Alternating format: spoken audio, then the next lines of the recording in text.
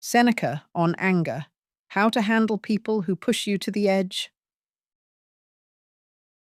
Seneca took anger seriously enough to write an entire book about it, called simply On Anger, and his opening argument is more extreme than most people expect from ancient philosophy. He didn't just think anger was unpleasant or occasionally excessive, he described it as essentially a kind of temporary madness, a state that, in the moment, convinces a person that destructive, irrational action is not only justified, but necessary, when in almost every case, it's neither. His reasoning was practical, not just moralistic. Seneca had watched anger up close in the middle of Roman politics, where powerful men with real authority to act on their impulses frequently did exactly that. And the results were rarely good, for anyone involved, including the angry person themselves. He noted that no other emotion does more damage disguised as strength. People often mistake anger for power, for decisiveness, for standing up for themselves. Seneca thought this was almost entirely backwards. The angriest response in a given moment is usually the weakest one, not the strongest, because it means the situation has taken full control of you rather than the other way around. He wrote from a position that gave this argument real weight. Seneca served for years as an advisor close to the Emperor Nero, in a court where a single moment of unchecked anger from the wrong person could end in exile or execution. He wasn't describing anger as an abstract flaw.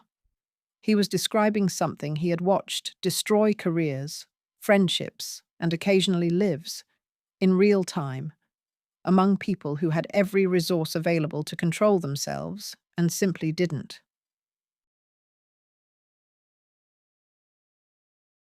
One of his sharpest observations was about how anger actually begins. It doesn't arrive out of nowhere. It starts with a judgment, a quick, often inaccurate interpretation of someone else's behavior as a deliberate insult, a personal attack, or an injustice specifically aimed at you. Someone cuts you off in traffic, and in half a second, your mind has already decided they did it on purpose, that they don't respect you, that this is somehow about you, specifically, rather than simply being a stranger in a hurry who never thought about you at all. Seneca's point was that most of what triggers anger isn't the event itself, but the story we immediately attach to it. Because of this, his main strategy for managing anger wasn't about suppressing it after it arrives. By the time you're already angry, he thought, it's often too late to reason your way out cleanly. Instead, he focused on catching the judgment before it fully forms, pausing, even briefly, before assuming the worst about someone's intentions, asking whether there might be an explanation that has nothing to do with you at all. Most people, most of the time, aren't acting out of malice toward you specifically. They're distracted, stressed, careless, or simply dealing with something you have no visibility into. Seneca was also remarkably practical about timing. He recommended that if you do feel anger building, delay any response as long as possible. Time, he argued, does more to cool anger than any amount of reasoning attempted in the heat of the moment. Something that feels unforgivable in the first minute after it happens frequently feels much smaller, much more manageable, an hour later, or the next morning. He suggested that if a decision or a response can wait, it should, because almost nothing said or done in genuine anger holds up well under later reflection.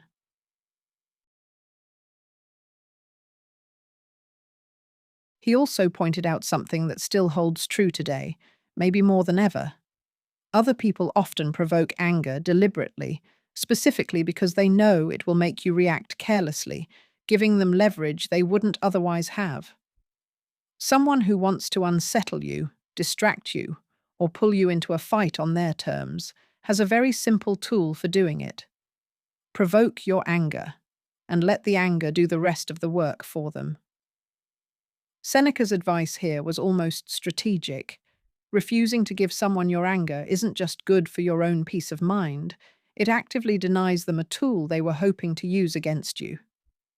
This has an obvious modern parallel worth spelling out, because the pattern hasn't changed at all. Online arguments, family conflicts, workplace disputes. A striking number of them follow exactly the shape Seneca described 2,000 years ago. Someone says something needling, you respond from anger rather than judgment, and the resulting exchange gets worse and further from resolution with every reply. The person who provoked you in the first place often didn't even need to do much else after that. Your own anger did the escalating for them. Seneca's advice cuts directly against this pattern. The calmer party in almost any conflict retains more actual control over how it unfolds, precisely because they're still thinking clearly while the other side isn't. He also had a specific warning about the people closest to us, which is easy to overlook because it seems obvious once stated. We tend to feel angriest, fastest at the people we're most familiar with: family, close friends, long-time colleagues, precisely because familiarity lowers our guard and raises our expectations at the same time. Seneca noticed that people often extended patience to strangers they'd never extend to a spouse or a sibling, simply because the stranger's behavior was unexpected, and the family members felt like a betrayal of how things were supposed to go. His answer wasn't to expect less from people close to you. It was to recognize that closeness makes anger easier to justify to yourself, not harder. Which is exactly why it deserves more scrutiny in those relationships, not less.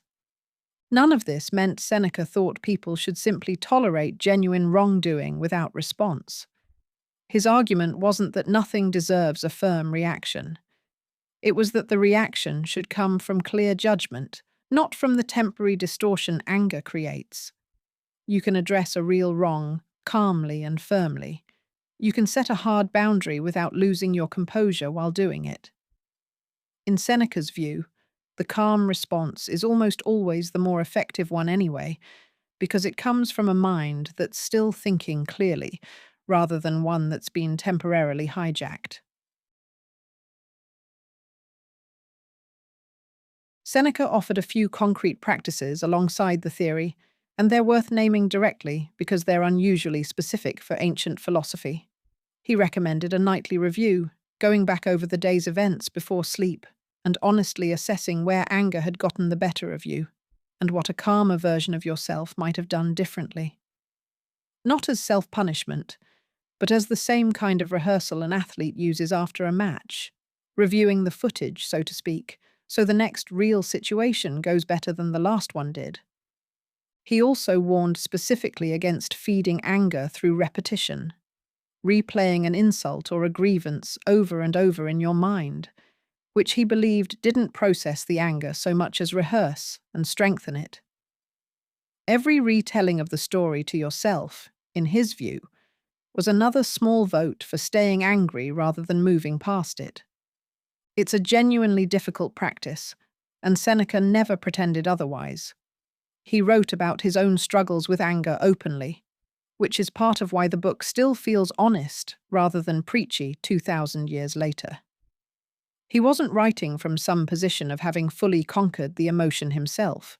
He was writing as someone actively working on it, offering the tools that had actually helped him, in the hope they might help someone else too.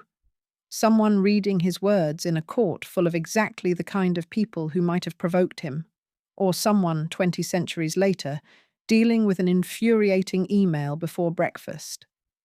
Subscribe for the next episode. We're covering something the Stoics approached more directly than almost any other philosophy: death itself.